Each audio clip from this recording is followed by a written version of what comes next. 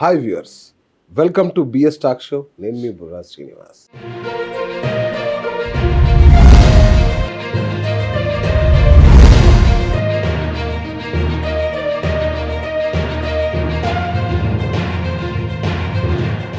Real estate ఇప్పుడు ఎంత కష్టకాలం ఉందో తెలంగాణలో రియల్ ఎస్టేట్ మనం చూస్తూనే ఉన్నాం. మరి హఠాత్తుగా అంటే ఊర్ధ్వముఖంగా పైపైకి పోయిన రియల్ ఎస్టేట్ కొత్త ప్రభుత్వం రాగానే ఒక్కసారిగా స్తబ్దుగా మారిపోయిన పరిస్థితి. 2 ఏళ్లుగా ఏమాత్రం చలనం లేదు. అయితే ఇదంతా అసలు రాజకీయ కారణాలుగా గాను రాజకీయ కోణంలోనూ చూపిస్తే ప్రభుత్వం వాటి ఫలితాలు వాటి పనితీరు ఆధారంగా మనం ఏదో విశ్లేషణ చేసుకుంటాం. మరి దీన్నే జ్యోతిష్యపరంగా ఆలోచిస్తే ఎలా ఉంటుంది? అసలు ఏ గ్రహస్థితులు, ఏ గ్రహరాశులు, ఏ గ్రహాలు ఈ యొక్క రియల్ ఎస్టేట్ రంగాన్ని ప్రభావితం చేస్తాయి? అసలు కట్టుకున్న వాళ్ళ బాధలేంటి? స్థలాలు కొనుక్కున్న వాళ్ళ బాధలేంటి? స్థలం కొనుక్కోవాలని బాధపడే వాళ్ళ పరిస్థితి ఏంటి? అసలు కొనాలా వద్దా? ఒకవేళ నేను కొనుక్కోవాలి అంటే ఏ గ్రహస్థితులు అనుకూలంగా ఉన్నప్పుడు ఏదన్నా ల్యాండ్ కొనడము అమ్మడము చేయాలి. ఇట్లా చాలా విషయాలు ఉన్నాయి. అసలు మనకు తెలియని అద్భుతమైన రహస్యాలు జ్యోతిష్యపరంగా ఒక ఇల్లు అమ్మడం లేదంటే భూమి అమ్మడం కొనడం ప్రతిదీ కూడా జ్యోతిష్యపరమైన గ్రహస్థితులను బట్టే మనం ముందుకెళ్లాల్సి ఉంటుంది. అయితే చాలామంది ఏముంటుందిలే, ఏదో రేట్ వచ్చినప్పుడు అమ్మేద్దాం ఇలా అనుకుంటారు, లేదా కొనుక్కుందాం తక్కువ రేట్లు వచ్చినప్పుడు. కానీ అప్పుడు కూడా ఖచ్చితంగా జ్యోతిష్యుని సంప్రదిస్తే ఆ స్థలం కానీ ఆ ఇల్లు కానీ శాంతి వివాదాలకు అతీతంగా ఉండే అవకాశం ఉంటుంది. కాబట్టి జ్యోతిష్యం అనేది అంత ఇంపార్టెంట్ ఈ యొక్క రియల్ ఎస్టేట్ రంగంలో. మరి ఈ విషయాలు మనకి ఎవరు చెప్పాలి? ఒకే ఒక్కరున్నారు, అత్యద్భుతమైన జెన్యూన్ ఆస్ట్రాలజర్, అట్లాగే జ్యోతిష్య సారావళి రచించిన కళ్యాణ్ వర్మ వారసులు మన అమరావ్ కాశ్యప్ గారు. మరి వారైతేనే అద్భుతమైన అంటే సశాస్త్రీయంగా చెప్పగలిగే ఒకే ఒక జ్యోతిష్యులు వారు. మరి వారిని అడిగి వివరాలు తెలుసుకుందాం. గురుగారు నమస్కారం. నమస్తే శ్రీనివాస్. ఎలా ఉన్నారు సార్? Thank you. చాలా రోజులైంది మీరు రాక. సో మా ప్రేక్షకులు అడుగుతున్నారు ఏది కశ్యప్ గారు అంటే యజ్ఞ యాగాదుల్లో బిజీగా ఉన్నారని చెప్పాను. సో మీరు భోజనాలు రోజు పెట్టకూడదు, రైట్, అజీర్తి చేస్తుంది కాబట్టి గ్యాప్ ఇచ్చారు. విందు భోజనమే సాధారణ భోజనం. కొంతకాలం సాధారణ ఆహారం తీసుకుంటే విందు విలువ తెలుసు. కరెక్ట్ చెప్పారు గురుగారు, సూపర్. సో ఇప్పుడు చూస్తున్నాం కదా గురుగారు, రియల్ ఎస్టేట్ రంగ పరిస్థితి ఏంటి అనేది. ఏంటి అసలు రియల్ ఎస్టేట్ ఇలా కుదేలవడానికి కారణం ఏదో ఏంటో అనుకుంటున్నారు? అసలు మన వేదకాలం నుంచి కూడా చూస్తే ఇల్లు కట్టి అమ్మటం, ఇల్లు అమ్మటం అనేది ఒక వ్యాపారం కాదు మన హిందూ సంస్కృతిలో. ఈ పురాతన కాలం నుంచి చూస్తే ఎవరి శక్తి కొద్దీ వారి గృహాన్ని వాళ్ళు నిర్మించుకునేవారు. అవును. ఈ భూమి అమ్మటం కొనేది అనేది లేదు. అందరికీ ఎంతో కొంత భూమి ఉండేది. వారికి ఉన్న భూమిలోనో పొలంలోనో ఎక్కడో వారికి కావాల్సిన గృహాలు వారు నిర్మించుకునేవారు. మహారాజులు అయితే కోటలు, సంపన్నులైతే భవనాలు, మిడిల్ క్లాస్ అయితే మండువాళ్ళు, ఇంకొంచెం తక్కువ అయితే తాటాకిళ్ళు, పెంకుటిళ్ళు, పూరిళ్ళు అయినా వేసుకుని ఉండేవారు. కానీ గృహం లేకుండా ఎవరు ఉండేవాళ్ళు కాదు. అవును. ఆహార భయ నిద్ర మైథునాలు అనేది సర్వజీవులకి అవసరం. అందులో అభయం అంటే ఆహారం సంపాదించి తిని తర్వాత అతను భయం లేకుండా క్షేమంగా ఒక చోట నిద్రించాలంటే వారికి ఒక ఆవాసం కావాలి. ఆ ఆవాసం అన్ని సృష్టిలో అన్ని జీవులు ఆవాసం కోసం ప్రయత్నిస్తూనే ఉంటాయి. పక్షులు గూళ్ళు కట్టుకుంటూ ఉంటాయి, జంతువులు కూడా గుహల్లోకి వెళ్తూ ఉంటాయి. మనిషి కూడా పురాతన కాలంలో గుహల్లో నివసించుకుంటూ వచ్చాడు. ఆ తర్వాత ఈ కాలం వచ్చేసరికి మోడర్నైజేషన్ పెరిగింది. ఆ రకంగా ఈ రియల్ ఎస్టేట్ అనేది ఒక వ్యాపారంగా రాలేదు. తర్వాత జరిగిన విషయం ఏంటంటే ఇది గత దశాబ్దం నుంచి మాత్రమే ఇది వ్యాపారంగా మొదలైంది. అతిపెద్ద వ్యాపారం. మనం చూస్తే 1960s నుంచి బాగా ఒక కాయినేజ్ వచ్చింది. రోటీ కపడా और మకాన్, అందరికీ కావాలి తిండి గుడ్డ నీడ. ఆ కాన్సెప్ట్ వచ్చిన దగ్గర నుంచి అందరూ దీనికోసం ప్రయత్నించడం మొదలు పెట్టారు. ఇదివరకు కాలంలో నిర్మించే గృహాలు ఎట్లా ఉండేయంటే అవి జీవధాతువులతో నిర్మించేవారు. మట్టి రాజకోటలు కట్టిన రాళ్లతోటి, కలప అటువంటివి ఉపయోగించేవారు. పెంకుటిళ్ళు, తాటాకిళ్ళు జీవధాతువుల నుంచే తీసుకొచ్చి గృహాలు నిర్మించుకున్నారు. అప్పుడు వాటిలో జీవం ఉంటుంది అన్నమాట. కానీ ఎప్పుడైతే ఈ రియల్ ఎస్టేట్ అనేది బిగిన్ అయిందో ఐరన్తో స్టార్ట్ చేయడం మొదలైంది. Construction with iron. ఆ ఐరన్ డ్యూరబిలిటీకి స్ట్రాంగ్ కోసం ఈ సిమెంట్ ఐరన్ తీసుకున్నారు. కానీ ఐరన్ అనేది వచ్చేసరికి శని ప్రభావం అన్నమాట. So they are building houses, not homes. The difference between house and home. House 4 గోడల మధ్య ఉండేది హౌస్, 4 గోడల structure. What is the structure? That is house. Home అంటే ఆ ఇంట్లో ఉండే సభ్యులు, కుటుంబం అన్నమాట. Are you going to home or house? Coming home అంటారు, రిటర్నింగ్ హోమ్. నేను ఇంటికి వెళ్తున్నానంటే మన కుటుంబ సభ్యులు అందరితోటి మనం ఆనందంగా గడపడం. గోయింగ్ టు హౌస్ అంటే కట్టిన ఇల్లు అన్నమాట, 4 గోడలతో కట్టిన ఇల్లు హౌస్ అవుతుంది. సో ఆ రకంగా now they are building houses but not homes. ఎందుకంటే జీవధాతువులు లేవు కనుక. అది ఒక విషయం. రెండోది ఏంటి, ఈ భూమికి కారకుడైన గ్రహం కుజగ్రహం. అందరికీ భూమి ఉండేది. ఈ భూమి రావాలన్నా భూలాభం కానీ భూ నష్టం కానీ దానికి కారకుడు కుజుడు అవుతాడు అనమాట. ఈ కుజుడు అయినప్పుడు ఏం జరుగుతుంది, కుజుడేమో సహజంగా కాలచక్రంలో మేషరాశికి వృశ్చిక రాశికి అధిపతి అవుతాడు. చాలా మంది చేసేది ఏంటంటే, ఎవరికైతే వారి జాతకంలో కుజుడు అనుగ్రహం ఉందో, కుజుడు ఉన్నాడో, ఈ మేష లగ్నం కానీ వృషభ లగ్నం కానీ లేకపోతే కుజుడికి సంబంధించిన నక్షత్రాల వారు కానీ వారు రియల్ ఎస్టేట్లో బాగా పరిచయం అవుతారని ఒక నమ్మకం ఉందన్నమాట. కానీ కుజుడు కూడా 2 రకాలుగా ఉంటాడు. మేషాధిపతిగా ఒక ఫలితం ఇస్తాడు, వృశ్చికాధిపతిగా ఒక ఫలితం ఇస్తాడు. వృశ్చికాధిపతి అయ్యేసరికి అష్టమ స్థానం అవుతుంది. అష్టం అనేది కష్టాలకు సంబంధించింది. మన ఎవరికైనా జన్మజాతకంలో గృహాన్ని సూచించేవి 4, 8, 12 స్థానాలు. 4 అంటే వారు పుట్టినది, 8 అంటే వారి అత్తవారిల్లు, 12 అంటే చివరికి వారు ఎక్కడ ఉంటారో చెప్పేది. సో ఎప్పుడైతే అష్టమాధిపతి కూడా కుజుడైవి అష్టమ ప్రభావం చూపించారో వాళ్ళకి కష్టాలు ఉంటాయి. మనం చాలామంది రియల్ ఎస్టేట్ వ్యాపారులు చూస్తున్నాము. 1 వెంచరు, 2 వెంచర్లు, 3 వెంచర్లు వేస్తారు. 5-6 వెంచర్లు అయిన తర్వాత మళ్ళీ పట్టు అవుతుంది. దానికి కారణం ఏంటంటే, వారికి మేషాధిపతి అయిన కుజుడు అనుకూలం అయితే ప్రథమార్థంలో కుజదశ 7 సంవత్సరాలు ఉంటుంది. ఆ ప్రథమార్థంలో అంత మంచి చేస్తాడు. మళ్ళీ 8 అష్టమాధిపతిగా వృశ్చికాధిపతిగా కుజుడు కానీ బిహేవ్ చేస్తే, ప్రభావం చూపిస్తే వారు దానిలో నష్టపోతారు. సో ఎవరైనా సరే వారి జన్మజాతకంలో కుజ ప్రభావం ఎంత ఉన్నది, కుజదశ ఎంతకాలం ఉన్నది, షడ్బలాల్లో ఆయన ఇచ్చే పవర్ ఎంత, అది చూసుకుని దాని ప్రకారం వారు బిజినెస్ చేయాలి. ఇంకోటి ఏంటంటే, అందరూ చేసేది రియల్ ఎస్టేట్లో ఇప్పుడు రకరకాలుగా ఉన్నాయి. భూమి కొంటూ అమ్మటం, ఆ భూమి కొని మళ్ళీ ప్లాట్లుగా వేయటం, ఆ మళ్ళీ వాటిలో కన్స్ట్రక్షన్ చేయటం, అవి ఇండిపెండెంట్ హౌసెస్ వేయటం, మళ్ళీ మల్టీప్లెక్స్లు పెట్టడం, అపార్ట్మెంట్స్ వేయటం, ఆఫీస్ స్పేసెస్ ఇవ్వటం, ఇటువంటి రకరకాల ఉన్నాయన్నమాట. ఇవన్నిటికీ కూడా రకరకాల గ్రహాలు కారకులు అవుతాయి. కేవలం భూమి పొందటానికి నష్టపోవడానికి మాత్రమే కుజుడు కారకుడు, కానీ వాటిలో ఏ రకమైన బిజినెస్ చేయాలనే దానికి కుజుడు కారకుడు కాడు. ఎవరికైనా వ్యాపారం నడవాలంటే మాత్రం బుధగ్రహం అనుగ్రహం ఉండాలి. బుధగ్రహం ఉంటే వ్యాపారంలో మెలకువలు ఉంటాయి. ఆ బుధుడు కూడా కాలచక్రంలో 3, 6 స్థానాలు. అంటే వ్యాపారం అన్నా రియల్ ఎస్టేట్ అన్నా ఒకటేనా? ఏదైనా వ్యాపారమే. వ్యాపారం ఏ వ్యాపారం చేయాలన్నా, మనం పూలెమ్మన్నా, కట్టెలమ్మన్నా, బంగారం అమ్మన్నా, ఇనుమమ్మతున్నా, వ్యాపారం అన్నాడు దాని బుధుడు కారకుడు. ఆ బుధుడి ప్రభావం అనుకూలత ఉన్న వారే వ్యాపారంలో రాణిస్తారు. ఆ రకంగా బుధుడు కూడా 2 రాశులకి అధిపతి. కన్యా రాశి, మిథున రాశి. మిథున బుధుడేమో వ్యాపారానికి కారకుడైతే, కన్యా బుధుడేమో దానికి వ్యతిరేక ఫలితాలు ఇస్తాడు. ఇదేంటి 2 వేరు వేరు గ్రహాలు కదా? ఇట్లా ఒకటే గ్రహం.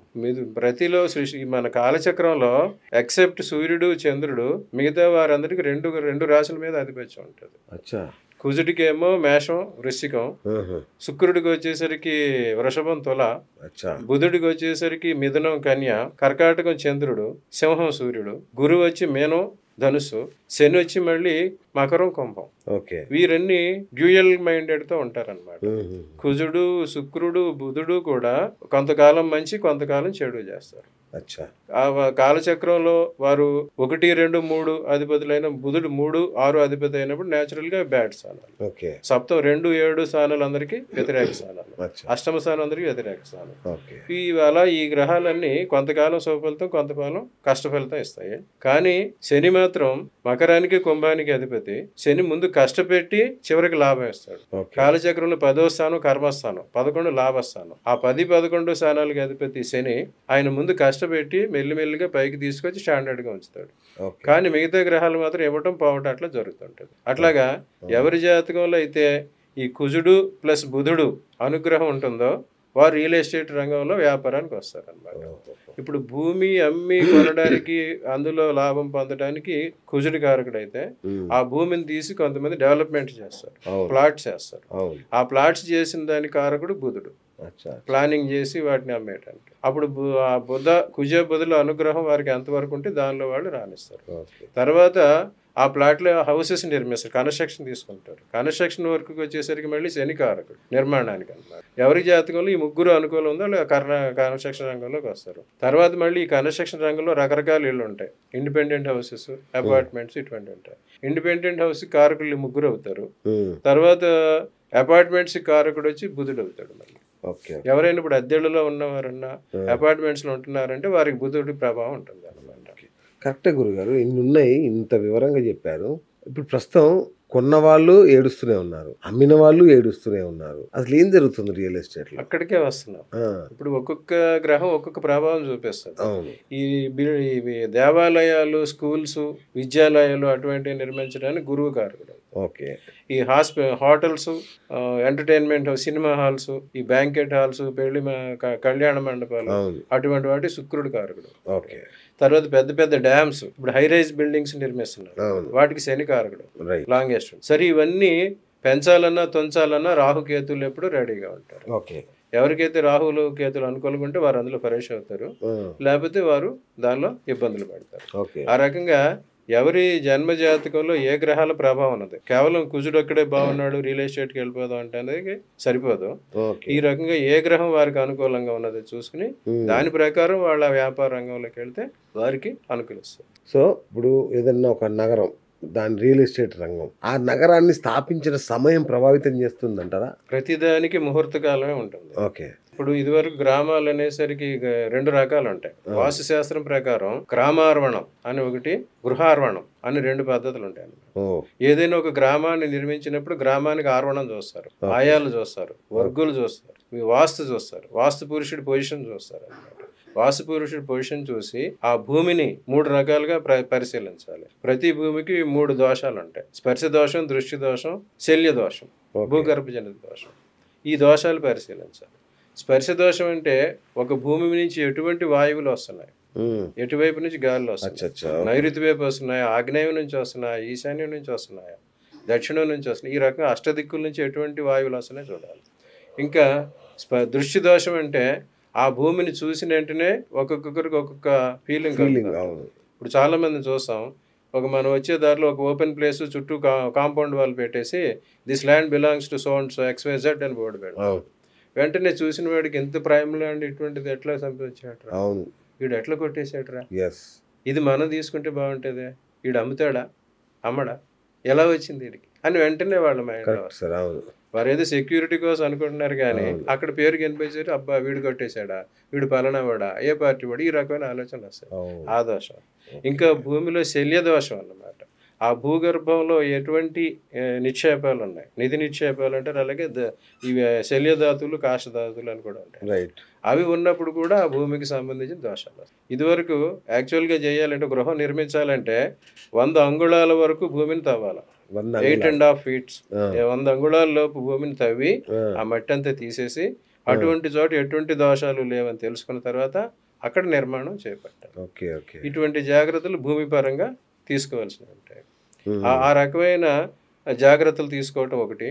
ఇంకా పట్టణాలు ఇటువంటి నిర్మించాలంటే ఇదివరకు గ్రామార్వణం చూసేవారు, మళ్ళీ అందులో పంచాయతన సిస్టమ్ ఇక్కడ కూడా వస్తుంది అన్నమాట. ఎట్లాగైతే మనం ఒక దేవాలయం నిర్మించడానికి అన్ని దిక్కులు ఎవరెవరు ఎక్కడ ఉండాలి, ఈశాన్యంలో జలం, ఆగ్నేయంలో అగ్ని, వాయువ్యంలో సంపద, నైరుతిలో భూమి బలం ఉంటుంది. అందుకోసం ఈ దిక్కులన్నీ చూసుకుంటా ఉండి ఏ దిక్కుల్లో ఎటువంటి నిర్మాణాలు చేపట్టాలి అనేది కూడా చూసుకోవాల్సిన అవసరం ఉంటుంది. ఈ దేవాలయాలు, విద్యాలయాలు అటువంటి ఏమో ఈశాన్య దిక్కులోనూ, ఈ గవర్నమెంట్కి సంబంధించిన ఆఫీసెస్, ఈ అగ్నికి సంబంధించిన ఆయుధాగారాలు, డిఫెన్స్కి సంబంధించినవన్నీ ఆగ్నేయంలోను, వ్యాపారానికి సంబంధించిన మల్టీప్లెక్సెస్, షాపింగ్ కాంప్లెక్స్ ఏమో వాయువ్యంలోను, ఈ నివాసానికి ఉండే గృహాలు నైరుతిలోనే నిర్మించుకోవాలి. ఈ రకమైన టౌన్ ప్లానింగ్ ఇదివరకు ఉండేది, అది గ్రామార్వణం అనేవారు. గ్రామం మధ్యలో బొడ్డు ఉండేది, నగర బొడ్డు, వీధి బొడ్డురాయి ఉండేది.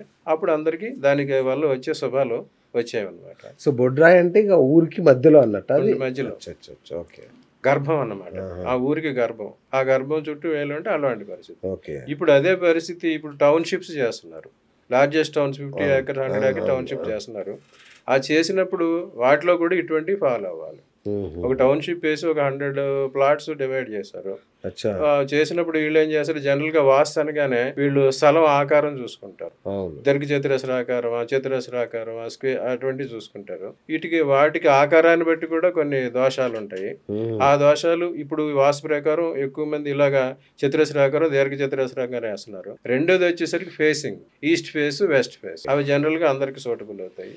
నార్త్ ఫేస్ అందరికి సూటబుల్ అవుతుంది, సౌత్ ఫేస్ మాత్రం కొంతమందికే సూటబుల్ అవుతుంది. అలా ఫేసింగ్ చూసుకోవాలి. ఇప్పుడు ఈ టౌన్షిప్ ఏర్పాటు చేసి వారు ప్లాట్స్ అమ్ముతున్నప్పుడు ఏం చేస్తారంటే, ఎవరు పెడితే వాళ్ళకి ఆ ప్లాట్స్ ఎవరు వచ్చి వాళ్ళు చూసి వాళ్ళకి ఎటు ఫేసింగ్ అనుకూలం అనుకున్నది ఒకటే తీసుకుంటారు.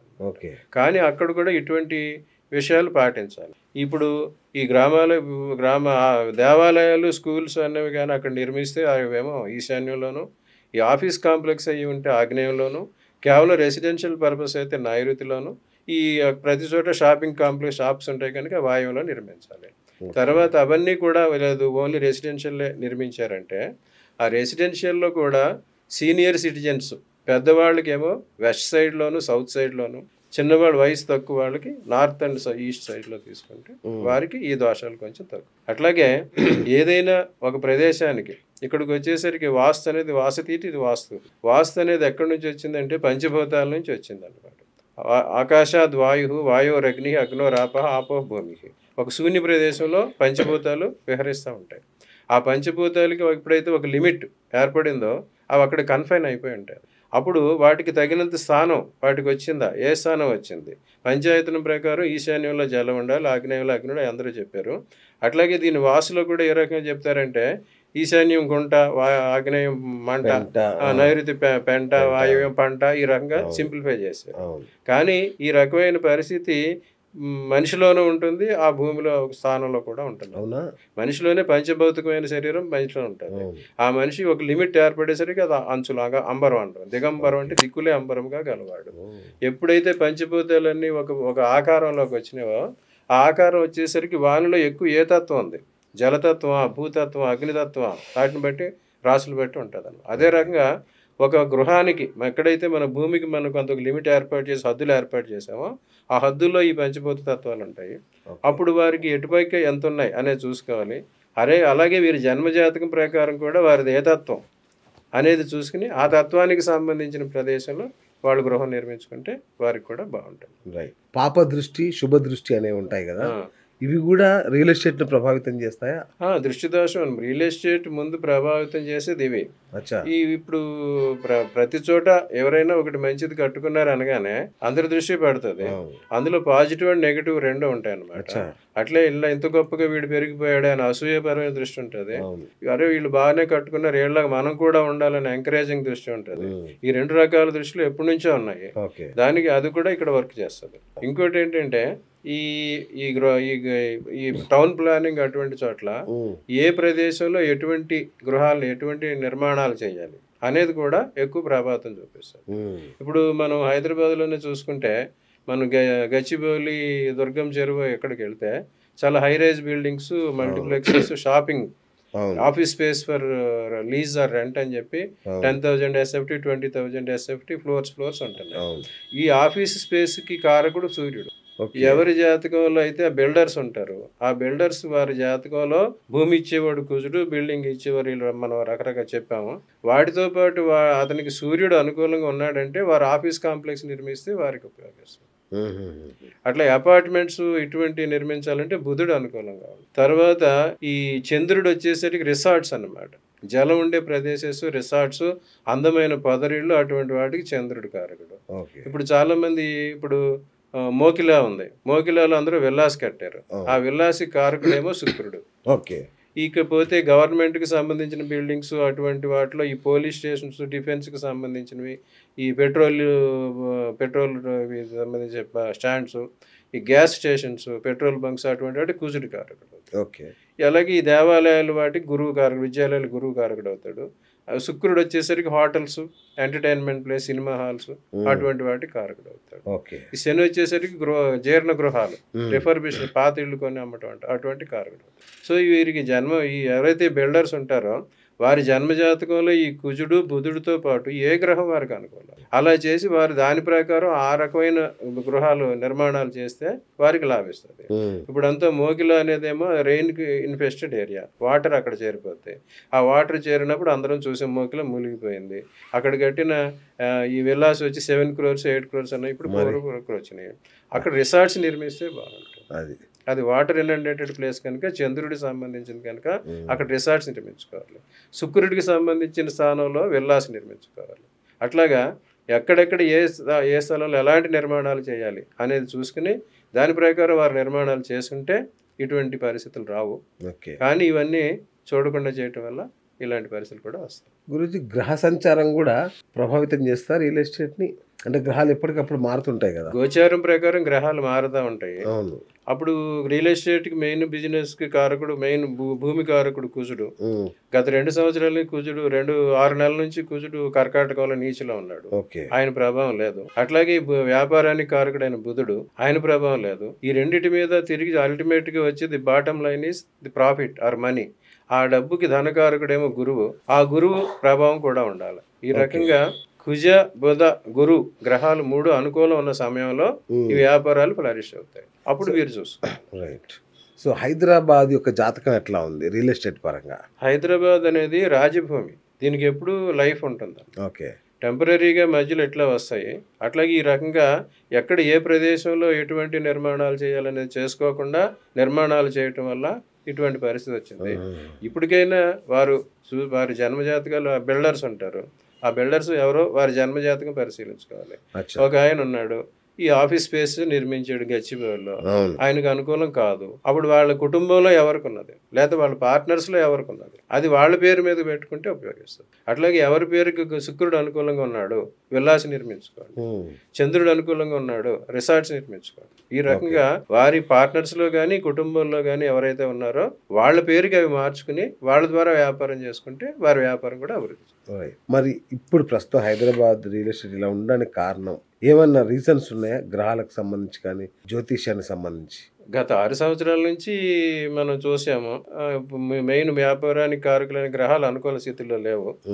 ఇప్పుడేమో గురువు వచ్చి మిథునంలోకి వచ్చాడు, అది న్యాచురల్ గా వ్యాపారానికి అనువైన స్థానం. అందుకు అక్కడ మిథునంలో ఉన్న గురువు బుధుడిలాగే ప్రవర్తిస్తాడు, అందుకు వ్యాపారాభివృద్ధి చేస్తాడు. అట్లాగే మొన్నటిదాకా కర్కాటకంలో ఉన్న కుజుడు వచ్చి సింహంలోకి వచ్చాడు, ఆ సింహంలో ఉన్నప్పుడు కుజుడు వచ్చినా మళ్ళీ కనిలో కుజుడు వచ్చినా సరే మళ్ళీ వ్యాపారాలు, ఈ రియల్ ఎస్టేట్ వ్యాపారాలు పుంజుకునే అవకాశం ఉంటుంది. ఓకే. సో హైదరాబాద్కు ఏ దిశలో, ఉత్తరమా తూర్పా దక్షిణమా పడమరనా రియల్ ఎస్టేట్ డెవలప్ అవడానికి అవకాశం ఉంది? ఈ హైదరాబాద్ అనేది ఒక పీఠభూమి మీద ఉంది, డెక్కన్ ప్లేట్ అంటారు, డెక్కన్ పీఠభూమి. ఈ పీఠభూమికి మనకి చూసుకుంటే న్యాచురల్ గానే ఈ మన జూబ్లీ హిల్స్, బంజారా హిల్స్ ఇటువంటి అన్ని డెవలప్ అవడానికి కారణం ఏంటంటే ఇవి పడమర వైపు దక్షిణ వైపు కొండలు ఉన్నాయి, అందుకు ఈ రకంగా ఈ ఫ్లరిష్. కానీ అటు దాటి మళ్ళీ పక్కకి వెళ్తున్నారు, ఈ మణికొండ అటువంటి ప్రదేశాలకు వెళ్ళినప్పుడు అవి ఇంకా పశ్చిమ నుంచి కిందకి దిగటం అవుతుంది, అందుకు అక్కడ అంత అనుకూలం కాదు. అట్లాగే న్యాచురల్ గా హైదరాబాద్ తూర్పు వైపు పల్లపు భూములు ఉన్నాయి, ఉత్తరంలో కూడా పల్లపు భూములు ఉన్నాయి. అందుకు రియల్ ఎస్టేట్ అనేది హైదరాబాద్ న్యాచురల్ గా ఇది ఒక పెట్టని కోట. కాకపోతే మనం చెప్పినట్టుగా ఏ ప్రదేశాల్లో ఎటువంటి నిర్మాణాలు చేయాలనేది లేకుండా అన్ప్లాన్డ్ గా చేయబట్టి వారి వ్యాపారానికి ఏమి అనుకూలేసాయని చూసుకోకుండా చేయబట్టి ఇటువంటి పరిస్థితి వచ్చింది. ఇప్పటికైనా వీరు మళ్ళీ వారి జాతకాలు పరిశీలింపజేసుకుని ఏ రకమైన వారికి అనుకూలం ఉన్నదో చూసుకుని ఆ రకంగా మార్చుకుంటే అందరికీ మంచి జరుగుతుంది. ఓకే. రియల్ ఎస్టేట్ రంగం మళ్ళీ పుంజుకోవడానికి ఏమైనా ముఖ్యమైన తేదీలు కానీ వారాలు కానీ సమయాలు కానీ ఉన్నాయా ఏమన్నా? అన్నిటికీ శుభకాలాలు ఉంటాయి. ఉత్తరాయణం అనేది అందరికీ మంచిది. అవును. అట్లాగే కొన్ని మాసాలు కూడా దక్షిణాయనంలోకి ఎంటర్ అయ్యాం కదా, దక్షిణాయనం వచ్చింది. దక్షిణాయనంలో జనరల్ గా ఈ గృహారంభాలు గృహ ప్రవేశాలు చేయరు.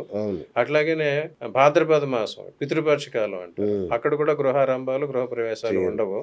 నార్మల్ గా వైశాఖ మాసం, జ్యేష్టం, చైత్రం ఇవే నిర్మాణానికి అనుకూలం, గృహ ప్రవేశాలకు కూడా అనుకూలం. శ్రావణంలో కూడా కొంతవరకు మంచి జరుగుద్ది, అలాగే మాఘంలో కూడా మంచి జరుగుద్ది. ఎట్లాగైతే మనం పెళ్లిళ్ళకి మిగతా విషయాలకి అవి పాటిస్తామో గృహారంభ గృహ ప్రవేశాలకు కూడా ఇలాంటి ఆచారాలు పాటించడం మంచిది. ఒక వ్యక్తి ఏదైనా ఫ్లాటో కొనాలనుకున్నాడు, అలాంటి వ్యక్తి జాతకంలో ఏముంటే అతను కొనగలుగుతాడు? ఇది వరకు మనం చెప్పుకున్నాం, గృహం అనేది వారు స్వచ్ఛందంగా ఎవరికి వారే నిర్మించుకునేవారు.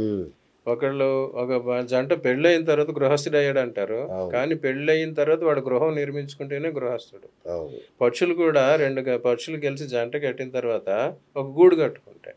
ఎప్పుడు గూడు కట్టుకుంటాయి? ఆ లేడీ బర్డ్ ప్రెగ్నెంట్ అయి ఉన్నప్పుడు ఆ మేల్ బర్డ్ వచ్చి గూడు కట్టడం స్టార్ట్ చేస్తాడు. ఎందుకంటే తన భార్య అక్కడ చక్కగా క్షేమంగా గుడ్లు పెట్టాలి, పిల్లలు పొదగాలి, అయిన తర్వాత ఎక్కడే వెళ్ళిపోతాయి. ఆ రకంగా ప్రతి వ్యక్తి కూడా ఆహార భైనద్ర మైదానాల్లో భాగంగా ఈ గృహ నిర్మాణం అనేది తప్పనిసరిగా చేసుకోవచ్చు. ఇదివరకు అయితే ఉన్నదాంతో సంతృప్తి చెంది జీవధాతువులతో నిర్మించుకునేవారు, కానీ ఇప్పుడు అందరూ ఈ మోడర్న్ డేస్ వచ్చేసరికి కన్స్ట్రక్షన్ అపార్ట్మెంట్స్ వీటికి వచ్చారు. వీటికి వచ్చేసరికి వాళ్ళు కన్స్ట్రక్షన్ చేసుకోలేరు. ఇది ఎవరో బిల్డర్ చేస్తుంటాడు. ఇదివరకు అంటే గృహం నిర్మించాలంటే ఆ యజమానే ఆ స్థలాన్ని అది చూసుకుని తనకు అనువైన స్థలం, తనకు అనువైన దిక్కు, తనకు అనువైన ప్రదేశం అవి చూసుకోవాలి. చూసుకున్న తర్వాత శంకుస్థాపన తనే స్వయంగా చేసుకోవాలి. ఆ శంకుస్థాపన చేసేప్పుడు ఆ భూమిని పరిశీలించి అక్కడ ఎటువంటి లోపాలు ఉన్నాయి, ఎటువంటి బ్యాడ్ ఇష్యూస్ ఉన్నాయి, అవన్నీ వాస్తులు పండితులు పరిశీలించి ఎటువంటి చేయాలనేది చెప్పేవారు. అప్పుడు అవి చేసుకుంటే సరిపోయి. ఇక అన్నీ చేసినా ఏదో ఒక దోషం లోపం ఉంటుంటది కనుక అటువంటి తొలగటం కోసం మత్స్య యంత్రాన్ని స్థాపిస్తారు. మత్స్య యంత్రం శంకుస్థాపనలో మత్స్య యంత్రం స్థాపిస్తారు. చెప్పించినప్పుడు ఒక కనిపించిన దోషాలు పోతాయి. అటువంటి దోషాలు 100 అడుగులు 100 అంగుళాల వరకు భూమి తవ్వి అందులో ఎటువంటి శల్యాలు ధాతువులు లేకుండా చేసి తర్వాత యజమానికి అనుకూలమైన దిక్కు భూమి చూసుకుని అక్కడ మళ్ళీ ఇంకా కనిపించిన దోషాలు ఉంటాయేమని మత్స్య యంత్రం స్థాపించుకుని చేస్తే ఆ నిర్మాణాలు చక్కగా ఉంటాయి. అట్లా చేసేవారికి అంత ఫ్లరిష్ అవుతుంది. కానీ ఇప్పుడు జరుగుతున్నది ఏమి? ఎవరో బిల్డర్ వెంచర్ స్టార్ట్ చేస్తాడు, ఆయన ఏ ముహూర్తంలో స్టార్ట్ చేస్తాడో తెలియదు. వెంచర్ స్టార్ట్ చేసినప్పుడు ఆయన తనకు అవసరమైన వ్యాపార దృక్పథం, ఈ వెంచర్ సక్సెస్ అయిపోవాలి, టకటక అన్నీ అమ్మిపోవాలి అనే దృష్టితోనే చేస్తాడు. కానీ ఇక్కడ ఒక 100-200 మంది వచ్చి ఉంటారు, వారంతా సుఖంగా క్షేమంగా జీవించాలి అనే దృక్పథం ఆయనకు ఉండదు. పైగా వారంతా ఏ నక్షత్రాల వాళ్ళు వస్తారు, ఏ రాశి వాళ్ళు వస్తారు, ఏ లగ్నాల వాళ్ళు వస్తారు ఆయనకి తెలియదు. అట్లాగే వాళ్ళకి ఏ రకమైన గృహయోగం ఉన్నది అనేది కూడా చూసుకోవాలి.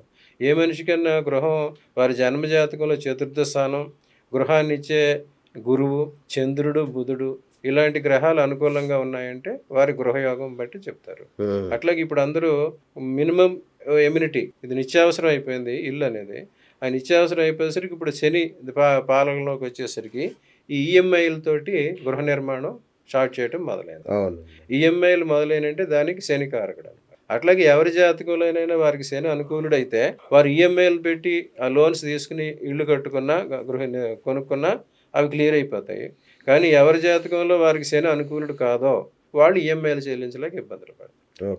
అట్లాగే వారికి ఆ దశ, వారి జన్మ జాతకంలో ఏ దశ వస్తుంది, ఎప్పుడు వస్తుంది అనేది చూసుకుని ఆ దశ ప్రకారం వారు చర్యలు తీసుకుంటే ఇటువంటి ఇబ్బందులు పడకుండా వారు గృహాలు నిర్మించుకోవటానికి సుఖంగా ఉండడం జరుగుతుంది. రైట్. అంటే ఒక భూమి కానీ ఒక ఆస్తి కానీ కొనేటప్పుడు జ్యోతిష్యపరంగా ఎలాంటి సూత్రాలని అనుసరించాలి?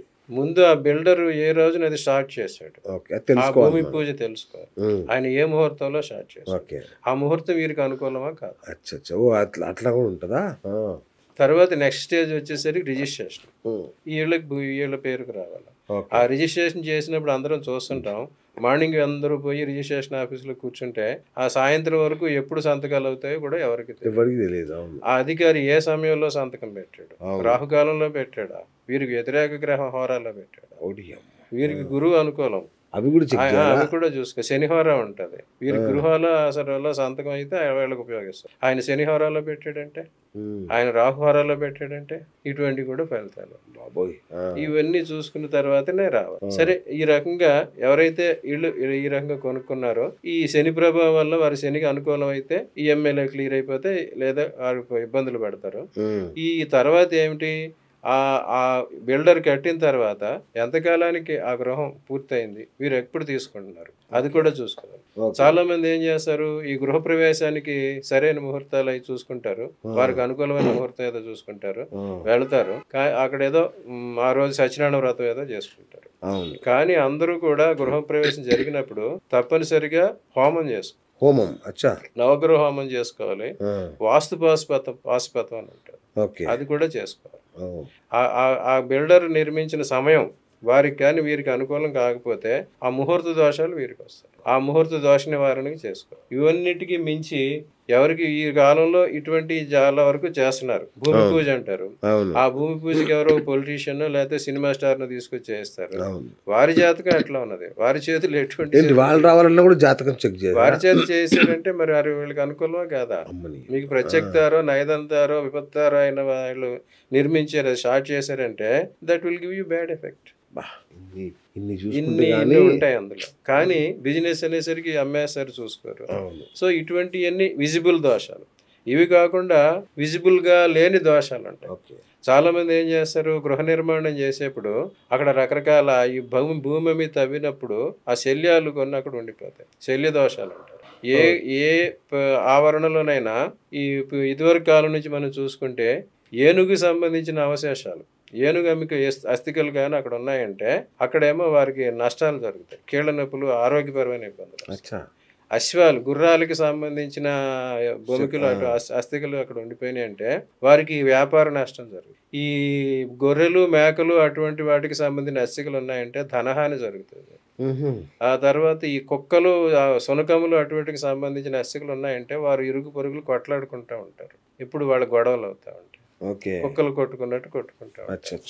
ఆ తర్వాత ఎక్కడైతే ఈ మనిషికి సంబంధించిన అవశేషాలు ఉన్నాయంటే వారికి అపమృత్యు భయం వస్తుంది. ఆ తర్వాత ఎక్కడైతే ఈ పాములకి సంబంధించిన అవశేషాలు లేదా వాటి కుబుసాలు ఉన్నాయంటే అక్కడ వాహనాలకు ప్రమాదం జరుగుతుంది. అక్కడికి వెళ్ళిన తర్వాత వాహనాలు కాలిపోవటం లేదా వాహనాలు యాక్సిడెంట్లు అవ్వటం అటువంటివి జరుగుతాయి. ఇటువంటి దోషాలు కనిపించిన దోషాలు ఉంటాయి. ఇవి అందుకోసమే 100 అంగుళాల భూమి తవ్వి అటువంటి లేకుండా చేయమని చెప్పారు. అది ఎంతవరకు చేస్తున్నారు ఇప్పుడు అందరికీ తెలియదు. తర్వాత ఇంకొకటి విషయం, 100 అంగుళాలు అండ్ 100 అంగుళాల వరకు 100 అంగుళాల వరకు భూమి తవ్వి మట్టి తీయాలి. ఆ తర్వాత ఇంకో విషయం ఏంటి, అటువంటి భూమిని తవ్వి తీసి చేసిన కన్స్ట్రక్షన్ టైంలో కొన్ని పొరపాట్లు జరుగుతూ ఉంటాయి. ఆ కన్స్ట్రక్షన్ టైంలో ఒక మల్టీప్లెక్స్ నిర్మించాలంటే ఇంచుమించు 1 year పడుతుంది. ఆ 1 year లోపు అక్కడికి కొన్ని జంతువులు చేరుతాయి, పక్షులు వచ్చి చేరుతాయి, పాములు వచ్చి చేరుతాయి. తర్వాత అక్కడ కన్స్ట్రక్షన్ చేసే వర్కర్స్ భోజనాలు తెచ్చుకుని బిర్యానీలు తెచ్చుకుని తినేసి కోడి ఎముకలు అక్కడ పడేస్తారు. అట్లాగే అక్కడ ఏమైనా పాములు అవి వచ్చినాయంటే చంపేసి అక్కడే పడేస్తారు. అవన్నీ పక్కన పడేసాం అనుకుంటారు కానీ తర్వాత ఈ కప్పు పడిపోయి ఈ శల్య దోషాల్లోకి వస్తాయి. ఇంకొకటి ఏంటంటే ధాతు దోషాలు కూడా ఉంటాయి. ఈ కన్స్ట్రక్షన్ కోసం తీసుకొచ్చిన ఐరన్ పీసెస్ ఉంటాయి. ఐరన్ లెంగ్స్ ప్రకారం వాటికి ఎంత కావాలో కట్ చేసి వాడతారు. ఆ మిగిలిపోయిన వేస్ట్ మెటీరియల్ రద్దు ముక్కలు పక్కన పడేస్తారు. కానీ ఆ పక్కన పడేసినప్పుడు అవి మళ్ళీ భూమిలో కప్పబడిపోతాయి. ఆ కప్పబడిపోయినవి కూడా చెడు ప్రభావం చూపిస్తాయి. అసలు ఎలాంటి వివాదాలకు తావు లేకుండా ఉండాలి అంటే ఒక ల్యాండ్ కొనేటప్పుడు ఎలాంటి జాగ్రత్తలు తీసుకోవాలి? ముందు వారు ఎవరి కోసం నిర్మిస్తున్నారు, వారు సొంతంగా నిర్మిస్తున్నారా, ఈ రెసిడెన్షియల్ పర్పస్గా నిర్మిస్తున్నారా, ఆఫీసులో బిజినెస్ కాంప్లెక్స్, అదేది ముందు డిసైడ్ చేసుకోవాలి. దానికి అనుకూలమైన స్థలం తీసుకోవాలి. ఎక్కువ రెసిడెన్షియల్కి కనుక రెసిడెన్షియల్గా ఉన్నప్పుడు వారు ఆ భూమి పూజ చేసేప్పుడు వారి కోసం కాకుండా ఆ ప్రదేశంలో ఉండే వారందరికీ సుఖంగా ఉండటం కోసం, లోక కళ్యాణం కోసం అనేది అక్కడ భూమి పూజలో చేయాలి. ఈ తర్వాత ఇటువంటి వాస్తు దోషాలు, ఇటువంటి శల్య దోషాలు లేకుండా ఈ ఇప్పుడు శంకుస్థాపన చేసేవాడు మత్స్య యంత్రం స్థాపించాలి. కానీ ఈ మత్స్య యంత్రం ఒక గృహస్థికి ఒకటి నువ్వు 100 అపార్ట్మెంట్లు కట్టినప్పుడు 100 మంది గృహస్థులు అక్కడ 100 మత్స్య యంత్రాలు స్థాపించాలి. స్థాపిస్తారా? సో అటువంటివి జరిగినాయా లేవా? ఆ ముహూర్తం మనకు అనుకూలమా కాదా? సరే, ఇవన్నీ జరిగిపోయిన తర్వాత ఈ గృహస్థులు ఆ ఇళ్లకు ప్రవేశించినప్పుడైనా, ఈ గృహప్రవేశం చేసేప్పుడైనా వారింట్లో మత్స్య యంత్రాన్ని స్థాపించుకోవాలి. పూజ గదిలో దాన్ని ఎవరికి వాళ్ళు ఈ రకమైన వాస్తు దోషాలు లేకుండా చేసుకోవచ్చు. అటువంటి పరిహారాలు కానీ తీసుకు రెంట్కి వెళ్ళే వాళ్ళు కూడా ఈ జాగ్రత్తలు తీసుకోవాలా? రెంట్ అక్కడ నివాసం ఉన్న ప్రతి వారి మీద ప్రభావం చూపిస్తుంది. రెంట్ అద్దెకి వెళ్ళినా సరే నువ్వు అక్కడ ఉంటున్నావు, అక్కడ ఉన్నప్పుడు నీకు అక్కడ ఉన్న ఎండ వాన అని నీ మీద ప్రభావం చూపిస్తే అది పంచభూతాల ప్రభావమే. ఆ ప్రకారంగా వారికి ఏ రకమైన గృహం అనుకూలంగా ఉంటుంది, ఏ రకమైన ఫేసింగ్ అనుకూలంగా చేసి వారు కూడా ఈ జాగ్రత్త తీసుకోవాలి. సాధారణంగా ఎక్కువ మంది రెంట్ కొంటున్నారంటే దానికి బుధుడు కారకుడు. బుధ గ్రహం కానీ వారికి అనుకూలంగా లేవంటే వాళ్ళ ఇళ్ళు మారుతూనే ఉంటారు. అలాగే చంద్రుడు అనుకూలంగా లేకపోయినా వారు అద్దెళ్లలోనే ఉంటుంటారు. ఇంకో ఇల్లు ఉండడం కూడా మారుతుంటారు. కొంతమంది అద్దెళ్ళలో ఉన్న సంవత్సరాల పాటు ఉంటుంటారు, కానీ కొంతమంది 2-3 సంవత్సరాలకి ఒక్కొక్క ఇల్లు మారిపోతూ ఉంటారు. అప్పుడు ఎవరి జాతకంలోనే చంద్రుడు బుధుడు అనుకూలంగా లేరంటే అప్పుడు వారు దాన్ని తగిన జాగ్రత్తలు తీసుకోవాలి. రైట్. ఇది మన ఇదేమో మన కొనుగోలుదారుల పాయింట్ ఆఫ్ వ్యూలో చెప్తున్నారు కదా మీరు. బిల్డర్లు, రియల్ ఎస్టేట్ యజమానులు, వీళ్ళకి ఈ జ్యోతిష్యం ఎలా ఉపయోగపడుతుంది? అదే చెప్పుకున్నా కదా, బిల్డర్ జన్మ జాతకం ప్రకారం అతనికి ఏ రకమైన వ్యాపారం చేసే అవకాశం ఉంది. అతను రెసిడెన్షియల్ హౌసెస్ అమ్మే గ్రహస్థితి ఉందా, కమర్షియల్ కాంప్లెక్సెస్ గ్రహస్థితి ఉందా, ఈ స్కూల్స్ దేవాలయాలు అటువంటి చేసే పరిస్థితి ఉందా, అది ఆయన జన్మ జాతకం పరిశీలింపు చేసుకోవాలి. పరిశీలించి చూసుకుని మళ్ళీ ఆయనకు సినిమా హాల్స్ నిర్మించి శుక్రుడు అనుకూలంగా ఉన్నాడు, సినిమా హాల్స్, ఎంటర్టైన్మెంట్ హౌసెస్, కళ్యాణ మండపాలు అటువంటి నిర్మిస్తే ఆయనకు అనుకూలంగా ఉంటాయి. అప్పుడు అటువంటి ప్రయత్నం ఆయన చేయాలి. ఒకవేళ ఆయన తెలియకుండా చేసేసిన తర్వాత అది అనుకూలంగా లేదు, అప్పుడు ఏం చేయాలి? వారి కుటుంబంలో కానీ వ్యాపార భాగస్తుల్లో కానీ ఎవరైతే ఉన్నారో అది వాళ్ళ పేరుకి మార్చుకోవాలి. అది దాని ప్రకారం చేయాలి. అట్లాగే ఈ రకమైన దోషాలు, నిర్మాణ దోషాలు అన్నీ ఉంటాయి కనుక అవి చేయాలి. తర్వాత చాలా మంది ఏం చేస్తారు, ఈ అపార్ట్మెంట్స్ అన్ని బిల్డప్ చేసి లేకపోతే ఒక ఏరియా, ఒక టౌన్షిప్ క్రియేట్ చేసేసి అందరికి ఇచ్చేసి ఒక కమిటీకి ఏర్పాటు చేసి వారికి హ్యాండ్ ఓవర్ చేసేస్తారు. కానీ మనం గ్రామార్వణం ప్రకారం చూసుకుంటే ప్రతి గ్రామానికి ఒక గ్రామ దేవత ఉంటుంది. ఏ చిన్న పల్లెటూరు చూసుకున్నా మనకి ఆ గ్రామ దేవత. అట్లాగే ఇక్కడ మనం ఇప్పుడు సిటీలో ఒక టౌన్షిప్ నిర్మిస్తున్నామంటే అది ఒక గ్రామంతో సమానం. సో అది ఏ పక్కన ఉంది, ఏ రకమైన పరిస్థితి ఉంది, ఏ రకమైన పంచభూతాల పరిస్థితి ఉంది అని అక్కడ ఒక గ్రామ దేవతని, టౌన్షిప్ దేవతని కూడా ప్రతిష్ఠించారు. ఎందుకు టౌన్షిప్ వేస్తారు కానీ గుళ్ళు కట్టారు, ఏమాత్రం చేయరు. దానికి కారణం ఏం చెప్తారు? రకరకాల మతాల వాళ్ళు వస్తారు, ఏ గుడి కట్టడం, ఏ మతమైనా వాళ్ళ మీద గ్రహాల ప్రభావం తప్పనిసరిగా ఉంటుంది. దానికి సంబంధించిన పరిహారాలు వాళ్ళు చేసుకోవాలి. ఈ రకంగా ఎవరైనా టౌన్షిప్ నిర్మించినప్పుడు కనీసం ఈ మాత్రం జాగ్రత్తలన్నా పాటించాలి. తర్వాత ఇంకోటి ఏంటి, మీరు కమిటీని ఫామ్ చేసి వాళ్ళకి హ్యాండ్ ఓవర్ చేసేసిన తర్వాత అప్పుడు చాలామంది అక్కడ చేరతారు. ఈ బిల్డర్ ఎటువంటి చేశాడో తెలియదు, ఎటువంటి లోపాలు ఉన్నాయో తెలియదు. ఇప్పుడైతే మనం గ్రామాల్లో ప్రతి సంవత్సరం గ్రామ దేవతకి జాతర చేసుకుంటాం. అట్లాగే ఈ అపార్ట్మెంట్స్ ఇటువంటి వాళ్ళు కూడా యాన్యువల్ డేస్ అని అటువంటి సెలబ్రేట్ చేసుకుంటారు. ఆ వాటి సమయంలోనైనా ఒక హోమం అందరికీ లోక కళ్యాణం కోసం, అక్కడ ఉన్న వాళ్ళంతా సుభిక్షంగా ఉండటం కోసం వాళ్ళందరి గోత్రనామాలతోటి ఒక హోమం చేసుకుని అప్పుడు ఏ రకమైన దోషాలు ఉన్నాయి తొలగించమని. ఒక చోట చూస్తాం, అక్కడ నీరు దొరకదు. నీరు 100 feet వేసాం, 200 feet వేసాం, 500 feet వేసాం, జలాభావం వస్తుంది. అక్కడ చంద్రగ్రహం అనుకూలంగా లేదు. అక్కడ కొన్ని చోట్ల పవర్ ఫెయిల్యూర్ అవుతూ ఉంటుంది ఎక్కువ. అక్కడ కుజుడికి సంబంధించిన దోషం ఉంటుంది. అక్కడ వచ్చి వెళ్ళిపోతూ ఉంటారు ఎక్కువ మంది, బుధుడికి సంబంధించి. ఈ రకంగా అటువంటి యాట్రిషన్ ఎక్కడైతే జరుగుతుందో దానికి ఏ గ్రహం కారకం చూసుకుని వారి అధిదేవతల్ని, వారికి సంబంధించిన దేవతల్ని అక్కడ ప్రతిష్ఠించుకుని వాటికి సంబంధించిన పూజలు, హోమాలు సంవత్సరానికి ఒకసారైనా వాళ్ళు నిర్వహించుకుంటే వారికి ఇటువంటి దోషాలు తొలగి వారు స్థిరంగా అక్కడ ఉండగలుగుతారు. సో ఇప్పుడు హైదరాబాద్లో ఏం కొనాలి అంటే, కమర్షియల్స్ కొనాలా, నివసించే రెసిడెన్షియల్ అవి కొనుక్కోవాలా, లేదంటే ప్లాట్లు కొనుక్కోవాలా? ఈ దీని మీద ఒక సందేహం ఉంది. అసలు హైదరాబాద్ నగరంలో ఏది కొంటే మనకు ఉపయోగపడుతుంది? ఇప్పుడు ఆల్రెడీ హైదరాబాద్లో అబండెంట్గా ఉన్నాయి ల్యాండ్ కానీ, అపార్ట్మెంట్స్ కానీ, కమర్షియల్ ఇవన్నీ చెప్పాం. ఇవి ఏం జరిగింది, కోవిడ్ దగ్గర నుంచి ఎక్కువైపోయినాయి. కోవిడ్లో అందరూ బయట నుంచి వచ్చి ఇక్కడ ఏదో కోవిడ్ టైం చాలా చౌకగా ఉన్నాయని చెప్పి ఒక అపోహతో కొనేసారు. కొంతమందికి చక్కగానే వచ్చినాయి. కానీ ఇప్పుడు కోవిడ్ కన్నా తక్కువ రేట్ అయిపోయింది పరిస్థితి. అక్కడ కారణం ఏంటి, ఎవరికైతే కోవిడ్ కారకులు వచ్చి రాహుకేతువులు, అప్పుడు ఎవరికైతే రాహుకేతులు అనుకూలంగా ఉన్నారో వారు ఆ సమయంలో కొనుక్కున్న వారికి ఈ రేట్లు పెరిగినాయి. ఎవరికైతే అనుకూలం కాదో అవన్నీ తగ్గిపోయినాయి. ఈ రకమైన మ్యాడ్ రష్ అంటారు అన్నమాట. వెర్రీ రన్తో వెళ్ళి అవన్నీ కొనేశారు. ఎవరికి అనుకూలం ఏమో చూసుకోకుండా కొనేశారు. అవి ఇప్పుడు అమ్ముడవట్లేదని రకరకాలుగా ఇబ్బందులు పడుతున్నారు. సో వారు ఏ సమయంలో కొన్నారు, ఏ రకంగా కొన్నారు, ఎవరి చేత కొన్నారు, వారికి అది ఉన్నదా లేదా, వారి జన్మజాతకం పరిశీలింప చేసుకోవాలి. అక్కడ వాస్తు ప్రభావం కూడా చూసుకోవాలి. మన వాళ్ళు కొన్నాక చూపిస్తారు, అందరికీ గృహప్రవేశం అప్పుడు చూపిస్తారు. దాని సంగతి నిజంగా ఈ లిటరసీ లేదు అసలు ఎవరికి కూడా. కొనక ముందు చూపించాలనేది ఎవరు పట్టించుకోరు. ఇదివరకైతే కాలంలో అయితే చూసి బ్రహ్మాండంగా చూసేవారు. ఈ రోజు అంతా కమర్షియల్ వాస్తు, ప్రతి వాళ్ళు ఈ బ్రోచర్స్ లో వాస్తు కంప్లైంట్. ఆ వాస్తు అంటే కేవలం ఈశాన్యం పంట మంట అదే చెప్తారు కానీ మిగతా చూడలేదు. ఇంకొకటి ఏంటి, ఇప్పుడు అందరూ కూడా high rise buildings 51 floors 100 floors వెళ్తున్నారు. ఓకే, బాగుంది. నువ్వు భూమి నుంచి పైకి వెళ్తున్నావు. The bird may fly to any high but its grain is on the ground. పక్షి ఎంత ఎత్తైనా ఎగరు, కానీ నీ ఫుడ్ వచ్చి నీకు భూమి మీద నీ ఫుడ్ ఉంది. అట్లాగే నేను 51 floor ఉన్నా, 100 floor ఉన్నాను, కానీ నువ్వు రోజు ఎటుకెళ్తున్నావు, నువ్వు కిందికే అధోక్షజుడు అవుతున్నావు, కిందకి దిగుతున్నావు. మనం ఇంటి నుంచి మనం తూర్పుకి వెళ్తున్నాం, ఉత్తరానికి వెళ్తున్నాం అనేది చూసుకుంటే ఇప్పుడు పాతాళానికి దిగుతున్నాం. అవును. ఓ, ఇది కూడా ఒక లోపమా? దాని ప్రభావం వాళ్ళందరూ ఉంటారు. మరి తూర్పు ఫేస్ చేసుకుని నార్త్ ఫేస్ అనుకుంటే మరి నువ్వు అటు వెళ్తే నీకు ఉపయోగం. నువ్వు ఎటు వెళ్తున్నావు? ఇప్పుడు నేల విడిచి సాము చేస్తున్నావు, ఆకాశంలో గరిడీలు చేసి కిందకు వస్తున్నావు. Where you are going? ఇటువంటి అన్ని ప్రభావాలు కూడా ఉంటాయి. చెప్పాను, they are building houses, not homes. ఈ డ్యూరబిలిటీకి, లాంగివిటీకి చూసుకుని ఈఎంఐలకి, బ్యాంకులకి ఉపయోగిస్తాయి తప్ప ఈ కుటుంబాలకి ఎవరికి వారికి అవి ఉపయోగించట్లేదు.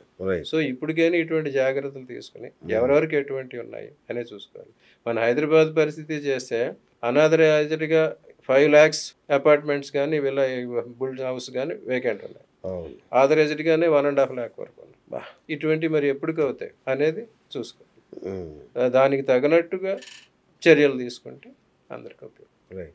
ఇల్లు కట్టుకునే వాళ్ళు కానీ, ఇల్లు కొనుక్కునే వాళ్ళు కానీ ఎలాంటి జాగ్రత్తలు తీసుకోవాలి ముందే? ఇప్పుడు ఇంతవరకు మనం చెప్పుకున్నది అది. వారు ఇల్లు కట్టుకోదలుచుకుంటే వారికి ఏ రకమైన భూమి ఉన్నది అనేది చూసుకోవాలి. ఏ ప్రదేశంలో వారికి అనుకూలం చూసుకోవాలి. ఏ ఫేసింగ్, ఏ సైజు, ఇవన్నీ వాస్తు ప్రకారం చెప్తారు. గృహారంలో జనరల్గా అందరూ ఏం చేస్తారంటే ఫేసింగ్, ద్వారాలు, తర్వాత ఎన్ని తలుపులు పెట్టాలి, కిటికీలు పెట్టాలి అనే దానికి వస్తారు. ఇప్పుడు కానీ అందరూ ఏం చేశారు, ఈస్ట్ ఫేసు, నార్త్ ఫేసు అదొకటే మెయిన్ అనుకుంటున్నారు. కానీ ప్రతి గృహానికి 4 పక్కల ద్వారాలు ఉండాలి. 4 దిక్కుల ద్వారాలు ఉండాలి. తర్వాత ఇప్పుడున్న పరిస్థితుల్లోకి వచ్చేసరికి తూర్పు వైపున, ఉత్తరం వైపున రెండు భాగాలు వదలాలి. దక్షిణము, పడమర ఒక భాగం వదలాలి. ప్లేస్ అన్నమాట. తూర్పున ఒక 5 గజాలు వదిలేరు, 6 గజాలు వదిలేరంటే పడమర వైపు 3 గజాలు ఖాళీ ఉండాలి. అలాగే నార్త్లో 6 భాగాలు వదిలేరంటే సౌత్లో 3 భాగాలు ఉండాలి. అది మినిమం. ఆ తర్వాత ప్రతి గృహంలోని ఈక్వల్ నెంబర్ ఆఫ్ ఈ డోర్స్ అవి ఉండాలి. అవి చూస్తారు. తర్వాత హైట్, ఆయం అంటారు అనమాట. ఈ ఆయం ఎంత అనేది కూడా చూసుకోవాలి. ఇప్పుడు అందరూ మాక్సిమం 10 feet ఇస్తున్నారు అపార్ట్మెంట్స్లో. కొన్ని చోట్ల 10 feet విత్ బీమ్ ఇస్తాడు. 10 feet వితౌట్ బీమ్ ఇవ్వాలి. అట్లా ఇదివరకు పురాతన కాలంలో మనుషులు 7 అడుగులు, కనీసం 21 అడుగులన్నా గోడలు. ఇప్పుడు ఏమన్నా పురాతన కాలంలో నిర్మించిన ఆ దేవాలయాలు కానీ, రాజకోటలు కానీ, గృహాల్లో ఐరన్ వాడలేదు. ఇప్పుడు ఐరన్ వాడి నిర్మిస్తున్నారు. కానీ వాట్ ఈస్ ది లైఫ్? ఇటువంటివన్నీ చూసుకోవాలి. ఈ రకంగా ఈ వాస్తు పండితులు దానికి సంబంధించిన ఆకారం, స్థలం ఏ ఆకారంలో ఉన్నది, లేకపోతే ఎన్ని ద్వారాలు, ఏ ద్వారాలు ఎటు పెట్టుకోవాలి అని చెప్తారు. కానీ మినిమం ఈ రకమైన జాగ్రత్తలన్నా వారు గృహం సొంతంగా నిర్మించుకునే వాళ్ళు చూసుకోవాలి. ఇంకా కొనుక్కునేవారు ఇలా ఆ బిల్డర్ ఎప్పుడు స్టార్ట్ చేశాడు, వారికి అదే ఏ భూమి ఏ రకంగా అనుకూలం ఉంది అదేటి చూసుకోవాలి. ఈ అపార్ట్మెంట్స్కి సంబంధించిన వాళ్ళు కూడా ఈ రకమైన జాగ్రత్తలు తీసుకుంటే వారి జన్మజాతకం ప్రకారం వారికి ఎటువంటి ఫేసింగ్ ఒకటే కాదు, ఎటువంటి గ్రహాల అనుకూలత ఉంది అనేది చూసుకుని దాని ప్రకారం అవి వారి నివాస యోగ్యానికి అనుకూలమా కాదా అనేది చూసి దాని ప్రకారం చర్యలు తీసుకుంటే వారికి మంచిది. రైట్. భూమికి వారాహి అమ్మవారు అధిపతి అంటుంటారు. మరి వారాహి అమ్మవారిని కొలవడం ద్వారా ఈ మధ్య కాలంలో వారాహి అమ్మవారు బాగా ప్రాచుర్యంలోకి వచ్చారు. సో ఈ భూ వివాదాలకు వారాహి అమ్మవారికి సంబంధం ఉందా? భూమికి వసుధాదేవి అధిదేవత. వసుధా సూక్తం అని వేదాల్లోనే చెప్పారు. వసుధా సూక్తం ఎవరైతే పారాయణ చేసి పూజలు చేస్తారో వారికి భూ అనుగ్రహం జరుగుతుంది. ఆ తర్వాత భూమికి పుత్రుడే కుజుడు అన్నం.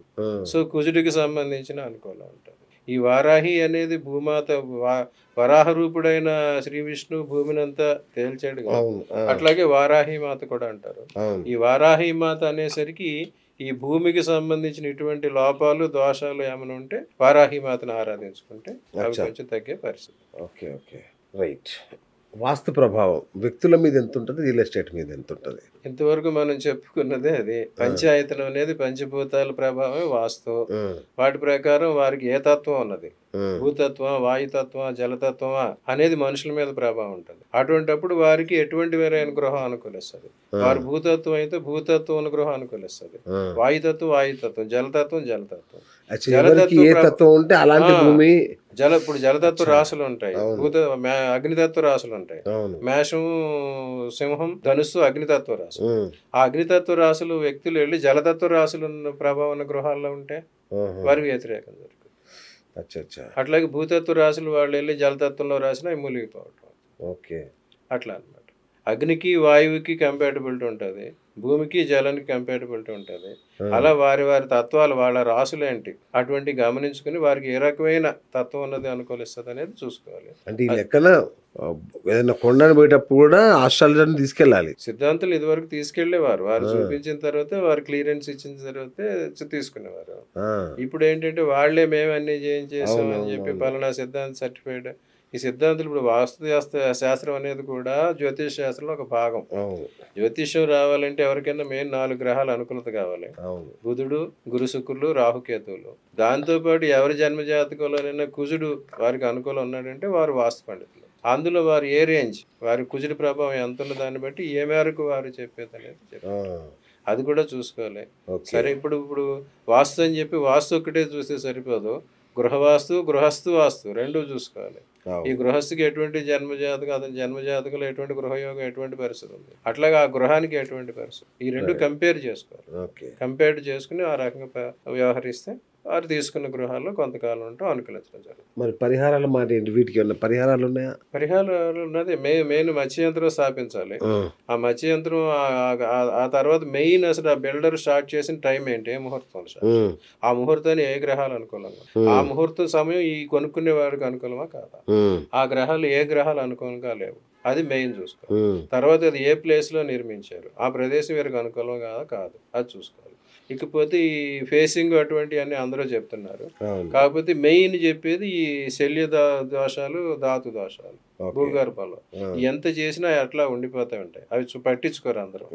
ఈ ముందు ఏదో తవ్వి తీసారు అనుకున్నా, ఆ తవ్వి తీసిన కొన్ని తొలుగుతాయి. మళ్ళీ ఇప్పుడు చెప్పి అట్లా వర్కర్స్ అక్కడ భోజనం చేసి అక్కడ పడేసిన చాలా మంది వాస్తు బయలని ఇస్తూ ఉంటారు, చేసి మళ్ళీ అక్కడే విందు భోజనాలు ఏర్పాటు చేస్తారు. ఆ తిన్న వాటిలో ఎన్నో కొన్ని అస్థికలు అక్కడ పడిపోతాయి. అట్లా ఉంటాయి. తర్వాత ఎక్కడ ఏ ప్రదేశంలోనైనా వెంట్రుకలు, గోళ్ళు అటువంటివి ఉన్నంటే అక్కడ స్త్రీలకి వ్యాధులు వస్తాయి, స్త్రీలకి ఆరోగ్యపర సమస్యలు వస్తాయి, మనిషికి సంబంధించిన ఆస్తి. తర్వాత ఏంటంటే ఏదైతే ప్రదేశంలో వారు గృహం నిర్మిస్తున్నారో ఆ ఆవరణ మొత్తంలో ఎటువంటి వేస్ట్ మెటీరియల్ ఉండకూడదు. ఈ ముక్కలు కట్ చేసిన ఇనుపు ముక్కలు అటువంటివి అవి ఆవరణ బయట పడేయాలి.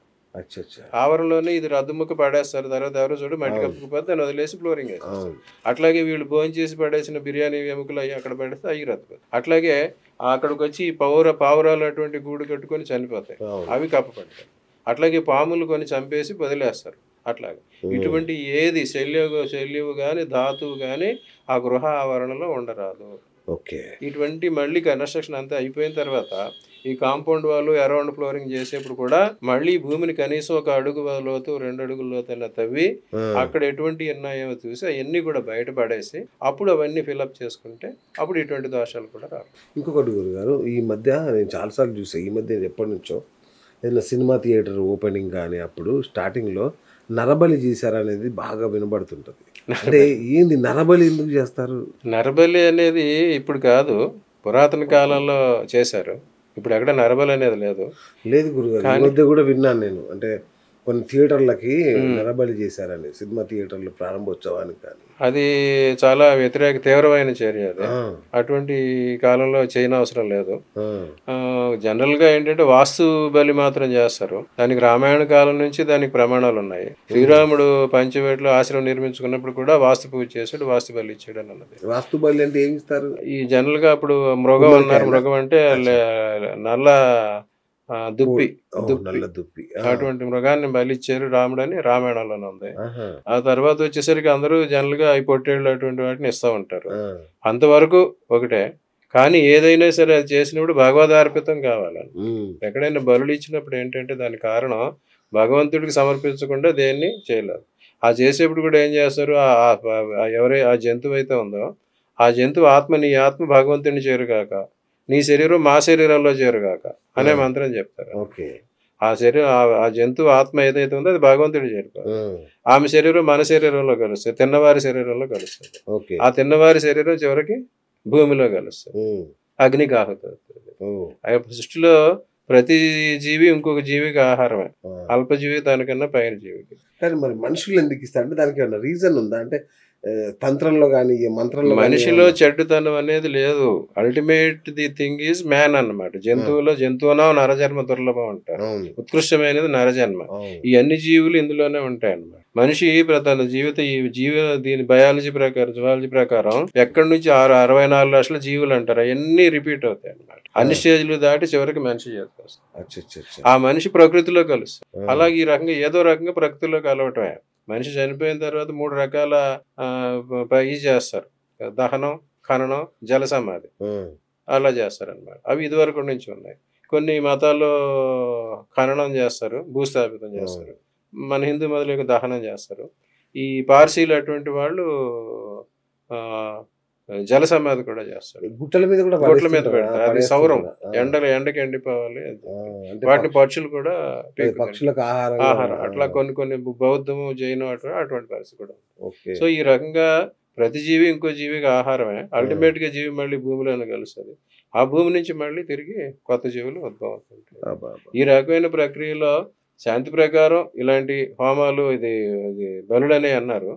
ఆ బలులన్నీ ఒక విధానం అయితే ఈ హోమాలు అనేవి వాటికి ఆల్టర్నేట్ ప్రక్రియ. సో ఇటువంటిది చేశారనే దానికి అర్థం ఈ కాలంలో ఉండదు. సో నరబలి చేయకూడదు, బలి చేయరాదు.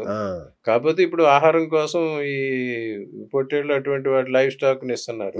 అవి మనిషికి ఆహారం. పురాణ కాలం నుంచి 2 జంతువుల్ని మాంసాహారానికి అనుమతించారు. అజమాంస భక్షణం, కుక్కుట మాంస భక్షణం. అది అందరికి అలౌ చేస్తారు. ఎందుకంటే అవి కుక్కుటం అంటే కోడి, అజం అంటే మేక. దానికి కారణాలు ఉన్నాయి. కుక్కుటాన్ని ఎందుకు చెప్పారంటే అహల్య గౌతమి వృత్తాంతంలో ఉంది కదా, ఆ కోడి కుక్కురోకు అని అరిస్తే గౌతముడు తెల్లవారుజాము అయిపోయింది, స్నానానికి వెళ్తే ఇంద్రుడు వచ్చి చేశాడు. అది చూసి ఆయన ఇంద్రుడిని చెప్పించాడు, నీ శరీరం అంతా ఉపస్తులు కాగా కానీ ఇంద్రుడిని చెప్పించాడు, సెలవైపోదు కాక అని చెప్పి గౌతమిని చెప్పించాడు. కోడిని నీకు సహజ మరణం లేకుండా గాక నిన్ను అందరూ భక్షింతురు గాక అని చెప్పి కోడి. అందుకు ఆ కోడిని తింటారు. తర్వాత అజమాంసం మేక అంటే వాతాపి ఎల్వలుడు అని చెప్పి ఒక కథ ఉంటుంది. వాళ్ళిద్దరు రాక్షసులు. వాళ్ళు అప్పుడు ఏంటంటే అసితాశంలు, పిసితాశంలు ఇద్దరు ఉండేవారు బ్రాహ్మణులు. ఇలాంటి దినకార్యాలు అటువంటి చేసేవారు. భోజనాలకి మాంసం వండి పెట్టేవారు.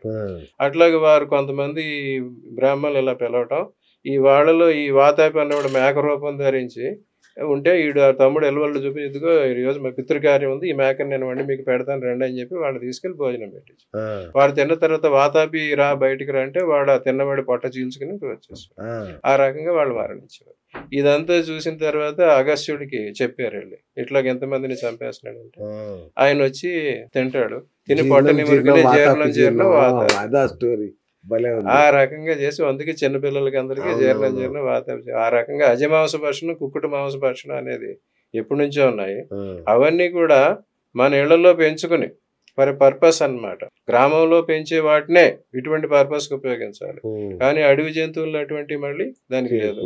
అవి వేట ఏదైతే భగవదార్పణం కానిది అది కూడా భక్షించడానికి వీల్లేదు.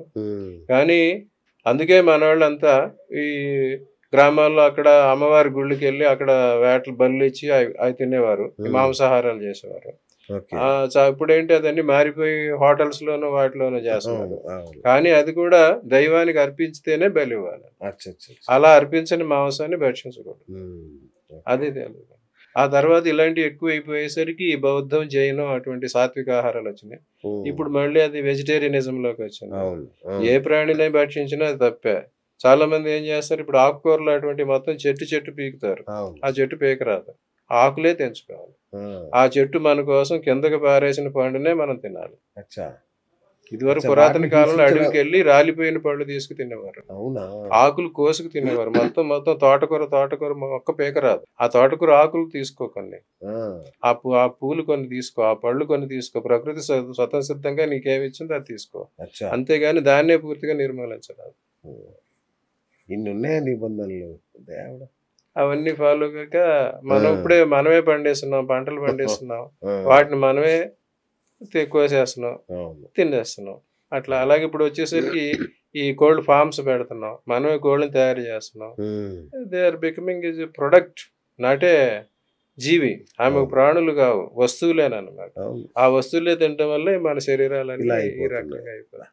సో ఆహార విహారాల్లో నియమాలు పాటించాలి, సమధమాదులు ఇవన్నీ ఎప్పుడో చెప్పారు. ఎప్పుడైతే మానవుడు వీటి నుంచి దూరం అయ్యాడో ఇటువంటి పరిస్థితులు వస్తాయి. రైట్ గురూజీ. సో ఇక ఒకసారి బాహ్య ప్రపంచంలోకి వద్దాం. సో గత 11 సంవత్సరాలుగా అప్రతిహతంగా ఈ దేశాన్ని ఏలుతున్న మోడీ షాక్ న్యూస్ ఏంటంటే ఆయనకు 75 నిండాయి కాబట్టి దిగిపోతాడు అనే మాట వింటున్నాం. నిజంగానా దిగిపోతాడా? దిగరు. మోడీ గారు ఎప్పుడే దిగడు. దానికి కారణం ఏంటి, ఆయన చాలా పవర్ఫుల్ జాతకం, బలమైన జాతకం. ఆయనది వృశ్చిక లగ్నం, వృశ్చిక రాశి, అనురాధ నక్షత్రం. తర్వాత ఆయనకి లగ్నంలోనే కుజుడు చంద్రుడు ఉన్నారు, చంద్రమంగళ యోగం. అట్లాగే 11లో రవి బుధులు ఉన్నారు, బుధాదిత్య యోగం. అందువల్ల ఇన్ని రకాల యోగాలు ఉండటం వల్ల ఆయనకి 24 సంవత్సరాలు విపరీత రాజయోగం, వ్యతిరేక రాజయోగం. ఆయన ముందు నేను సన్యాసిని అవుతానంటూ బయలుదేరి వెళ్ళి మళ్ళీ తిరిగి వచ్చి దేశానికి రాజు అయ్యాడు. అట్లాగే పూర్వకాలంలో మనం చూసుకుంటే సిద్ధార్థుడు, గౌతముడు శాక్య వంశంలో పుట్టిన రాజకుమారుడిగానే వెళ్ళి సన్యాసం దగ్గర. అట్లా ఇది వ్యతిరేక రాజ్యంలోకి వస్తుంది. ఈ రకంగా ఆయనకున్న దానివల్ల ఆయన అప్రతిహతంగా వచ్చింది. ఆయన స్టార్టింగే 2011లో గుజరాత్ చీఫ్ మినిస్టర్గా స్టార్ట్ అయ్యారు. అప్పటికి ఆయన కనీసం వార్డు మెంబర్గా కూడా పోటీ చేయలేదు, డైరెక్ట్గా సీఎం అయ్యాడు. అలాగే ఎప్పుడు పార్లమెంట్ దగ్గర కనిపించినా డైరెక్ట్గా ప్రైమ్ మినిస్టర్ అయ్యారు. ఆ రకంగా ఆయనకి ఆ దశలు జన్మజాతకం ప్రకారం కలిసి వచ్చినాయి. ఇప్పుడు ఈ 75 సంవత్సరాలు అనే రూల్ ఏదైతే వారు బీజేపీలో పెట్టుకున్నారు, అంతకుముందు ఈ రూల్ కూడా ఆయనే పెట్టాడు. పెట్టి అప్పుడు సీనియర్స్ ఎవరైతే ఉన్నారో ఈ ఎల్కే అద్వానీ, మురళీ మనోహర్ జోషి అటువంటి గ్రహ మండలానికి పంపించి మార్గదర్శక మండలాన్ని పెట్టారు. ఇప్పుడు ఆ రూల్ ఈయనకి అప్లై చేయాలని అందరూ అంటున్నారు. కానీ ఆ రూల్ ఈయన అప్లై కాదు, దానికి ఎగ్జామ్షన్ తీసుకుంటారు. తీసుకుని ఈయనకి ఆ రూల్ అప్లై కాదు, ఈయనకి ఇంకా 5 years ప్రజలు ఇచ్చారు కనుక 5 years ఈయన ఉండాలని అంటారు. అది టెక్నికల్గా ఉండేది. కానీ ఆయన జన్మజాతకం ప్రకారం చూస్తే జరిగేది ఏంటంటే, ఇప్పుడు ఆయనకేమో కుజదశ నడుస్తుంది, 22 నుంచి 28 వరకు కుజదశ. అది లగ్నాధిపతి, రాష్ట్రాధిపతి దశ అన్నమాట. ఇందాకే చెప్పినట్టు మన ఈ కుజుడు 2 రాశులకి అధిపతి, మేషాధిపతిగా ఒకటి ఇస్తాడు, వృశ్చికాధిపతిగా ఒకటి ఇస్తాడు. ఆ రకంగా 7 సంవత్సరాల్లో ఆయనకి 3-4 సంవత్సరాలు అనుకూలం ఉంటాడు. తర్వాత ప్రతికూలం అవుతుంది. ఆ 22లో స్టార్ట్ అయింది కనుక ఆయనకి 26 జూన్ వరకు ఆ కుజదశ అనుకూలం ఉంటుంది. ఆ తర్వాత మాత్రం ప్రతికూలం. ఆ తర్వాత వచ్చే రాహుదశ కూడా ఆయనకు అనుకూలం కాదు. సో 26 మధ్య నుంచి 27లో ఆయన ఆ పదం నుంచి తప్పుకోవడం జరుగుతుంది. 26 జూన్ తర్వాత ఇంకో సంవత్సరం వరకు ఆయన ఉండొచ్చు. కానీ ఇప్పుడు ఆయనకి సెప్టెంబర్ 12కి 75 ఎంటర్ అవుతున్నాడు. అక్కడ ఇంకో క్లాస్ కూడా వస్తుంది, 75 పూర్తి అవుతాయా, 75 వచ్చి ఎంటర్ అవుతాయా, అదొక 75 కంప్లీట్ కావాలి. ఆ రూల్ అప్లై చేయొచ్చు. 75 ఏళ్ళు నిండాలి అన్నప్పుడు ఇంకొక 1 year ఎక్స్టెన్షన్ వస్తుంది. బ్రహ్మాండంగా జాతక ప్రకారంగా కూడా ఆయనకి కుజదశ అప్పటికి అయిపోద్ది కదా. ఆ రకంగా ఆయన ఇంకొక సంవత్సరం పాటు మాత్రం ఖచ్చితంగా ఉంటారు. ఆ తర్వాత కుజదశ 70% అయిపోయిన తర్వాత, లేదా రాహుదశ ప్రారంభమైనప్పుడు ఆయన మాత్రం ఆ పదం నుంచి తప్పుకోవడం జరుగుతుంది. మేబీ 26 జూన్ తర్వాత, మేబీ 6 అక్టోబర్ తర్వాత ఆయన పదవులు ఉండే అవకాశాలు అంతగా.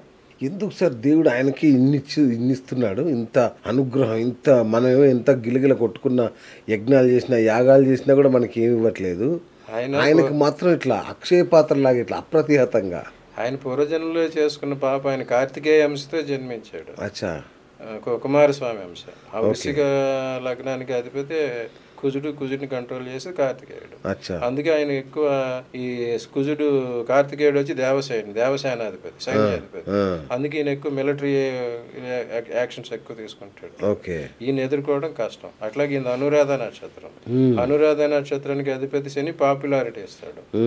అందులో నాకు చంద్రమంగళ యోగంతో ఈయనకి మంచి అధికారం. అలాగే యువతల పక్క చూసేసరికి బుధాదిత్య యోగం. ఇన్ని యోగాలు ఆయన కలవబెట్టి ఆయన ఈ దేశానికి ప్రభు అయ్యాడు. అది కూడా ఆయన పూర్వజన్మలో చేసుకున్న పుణ్యాలు. కానీ ఆయన యోగ భ్రష్టుడు అవటం వల్ల తిరిగి జన్మ పొంది రాజు అయ్యాడు. లేకపోతే ఏదో మునయ్యి పైన ఉండేవాడు అన్నమాట. అందుకే ఆయన ఇప్పటికీ నేను ఇది యోగాలోకి వెళ్తాను ఇటువంటివి చెప్పేస్తాను. అది ఆయన చేసుకున్న పురాకృత పుణ్యం. ఇప్పుడు మోడీ సరే 10 ఏళ్ల వరకు అయితే అత్యంత శక్తివంతుడిగా కనబడేవాడు. ఇప్పటికీ ఆయన ప్రభ అలాగే ఉందా, పెరిగిందా, తరిగిందా? మనం చూస్తున్నాం కదా, ఇప్పుడు ఇంతవరకు ఉంటే ఈ ఎలిగేషన్స్ రావు కదా. మన పాకిస్తాన్ వారి దగ్గర నుంచి వారు ఎందుకు ఆపేశారు అని వస్తున్నాయి. ఇప్పుడు 75 సంవత్సరాలు అయినా దిగండి. గత కుజదశ దగ్గర నుంచే ఆయనకి డౌన్ స్టార్ట్ అయిందండి. పురోగమనం తిరోగమనం ఉంటుంది. అందుకే గత ఎలక్షన్ లో చూసుకుంటే ఆయనకి బీజేపీ పార్టీకి సరిపడే సీట్స్ రాలేదు. అది వేరే వాళ్ళ మీద డిపెండ్ అవ్వాల్సి వచ్చింది. ఒక్కొక్కరి ప్రభావం జరుగుతూ ఉంటది. Every show how good or bad it is, it should be come to an end somewhere some time. బాగా చెప్పారు. అంత మంచి షో అయినా ఎక్కడో చోట ఆగక తప్పదు. అంతే కదా. ఇంతకన్నా గొప్పగా శ్రీకృష్ణుడు, రామచంద్రుడు అటువంటి వారే అవతార పురుషులే చాలించారు కదా. At the end of day కొన్ని ఉంటాయి. నిజంగానే ఇట్లనే ఇంకొకటి కూడా కనబడుతుంది. ఈయనకు ఇటలీ ప్రధానితో కొంచెం అంటగడుతున్నారు. అదొకటి మెలోడీ అని బాగా పాపులర్ అవుతుంది. ఏం జరుగుతుంది అసలు? అది ఆమెది కూడా వృశ్చిక రాశి అనురాధ నక్షత్రం, ఆమెది సింహ లగ్నం. సో వీళ్ళిద్దరూ ఒకే రాశి ఒకే నక్షత్రం, birds of the same feather. అట్లాగే అవతల పక్క సన్ సైన్ చూస్తే ఆమెది వచ్చి మకరం, శ్రవణ నక్షత్రం. అది థర్డ్ ప్లేస్ అంటే సిబ్లింగ్స్ లెక్క, కజిన్స్ ఆర్ సిబ్లింగ్స్ లెక్క, మేనత్త మేనమా పిల్లలు అన్నదమ్ములు అందులోకి వస్తారు. సో వారి జన్మాంతరంగా నక్షత్రాల ప్రభావం ఉండబట్టి వారిద్దరి మధ్య అంత రేపటి జన్మల బంధం వాళ్ళది. అనురాధ నక్షత్రం, మనం ఏ నక్షత్రం నుంచి పుట్టొచ్చామో ఆ నక్షత్రాల దగ్గరికే మనం వెళ్తాం అన్నమాట. సో వాళ్ళిద్దరిది ఒకటే నక్షత్రం అన్నమాట. సో ఆ ఇద్దరిది ఒకే నక్షత్రం అయ్యేసరికి ఆ రకం రేపటి వస్తుంది. సో మొత్తంగా ఇల్లు కట్టుకోవాలన్నా, ఏదైనా ఒక స్థలం కొనుక్కోవాలన్నా ముఖ్యంగా కశ్యప్ గారికి ఫోన్ చేయాలి. గృహ నిర్మాణం అనేది అందరి కళ. ఈ రోజుల్లో అది ఎమ్యూనిటీ అయిపోయింది, కనీస అవసరం. సో కనీస అవసరానికి అందరూ ప్రయత్నించుకుంటే తప్పదు. ఇప్పుడు అందరికి 90% గృహాలు అమరుతున్నాయి శని ప్రభావం ప్రకారం. వారి సొంతంగా కానీ లేకపోతే ప్రభుత్వ పరంగా కానీ ఏదో రకమైన గృహం వస్తుంది. సో ఆ రకమైన గృహాలు సంపాదించుకోవడం ప్రయత్నాలు చేయాలి. కానీ చేసేప్పుడు ఇలాంటి ప్రయత్నాలు, ఇప్పుడు ఒప్యులెంట్ పీపుల్ వారు ఎటువంటి కట్టుకున్నా వారికి నష్టం లేదు. పూర్ పీపుల్ గవర్నమెంట్ ఇచ్చే క్వార్టర్స్ ఉంటాయి. ఈ మధ్య తరగతి వారికి ఈ రకమైన ఇబ్బందులు కనుక వీరు ఇటువంటి పరిశీలింపు చేసుకుని ఏ రకమైన జన్మజాతకం, ఆ వాస్తు, ఆ రెండు చూసుకుని రెండు మిక్స్ చేసుకుని ఇంటర్ రిలేట్ చేసుకుని తగిన జాగ్రత్తలు తీసుకుంటే వారికి అన్ని అనుకూలిస్తాయి. నిజమే. ఎందుకంటే నేను కూడా చూశాను, ఏ స్థలంలో ఒకప్పుడు శ్మశానం ఉండేది కూడా అర్థం కావట్లేదు. ఇప్పుడు శ్మశానాన్ని అన్ని తవ్వేసి నగరాలు కట్టేస్తున్నారు, కాలనీలు కట్టేస్తున్నారు. సో ఏ స్థలం కింద మనుషుల శవాలు ఉన్నాయా, అస్థికలు ఉన్నాయా, జంతువుల కళేబరాలు ఉన్నాయా కూడా ఎవరికి ఊహించని సిచ్యువేషన్. సో ఈ 100 అడుగులు 8.5 అడుగులు తవ్వాలి. 10 అడుగులు దాదాపు 10 అడుగులు తవ్వి కానీ తవ్వి ఆ మట్టి తీసేయాలి. చూడండి, తీసేసి వేరే మట్టి ఇసుక అటువంటి దాంట్లో ఎటువంటి శల్యాలు ధాతువులు లేని. ఆ తర్వాత కనెక్షన్ అయిపోయిన తర్వాత టైంలో కూడా ఇటువంటి వ్యర్థాలు ధాతువులు అటువంటి కూడా లేకుండా, ఎట్లాగైతే మనం ఇంట్లో ఏదైనా కట్ చేసి ఐరన్ ముక్కలు అవి మనం తుడిచి ఎట్లా బయటకు చేస్తామో, ఆ గృహ నిర్మాణ సమయంలో చేసిన రద్దు వ్యర్థాలు కూడా తప్పనిసరిగా ఆవరణ నుంచి బయటకు వెళ్తాయి.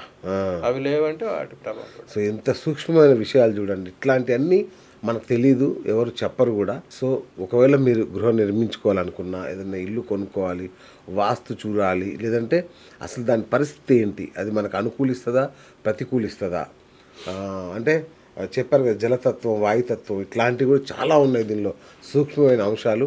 సో ఇలాంటి గురువుగారిని ఒక వాస్తు పండితుడినో లేదంటే జ్యోతిష్యం వాస్తు రెండూ తెలిసిన పండితులు కశ్యప్ గారు లాంటి వారిని తీసుకెళ్తే కనుక మంచి జరిగే అవకాశం ఉంటుంది. వీలైతే ఈ నెంబర్కి ఫోన్ చేయండి, గురుగారి సలహా మీకు దొరుకుతుంది. అంతే కదండి. సో థ్యాంక్ యూ గురుగారు, థ్యాంక్ యూ సో మచ్. సర్వం భగవద్. సో ఇది ఇవాళ బిఎస్ టాక్ షో. నేను మీ బిఎస్ సైనింగ్ ఆఫ్.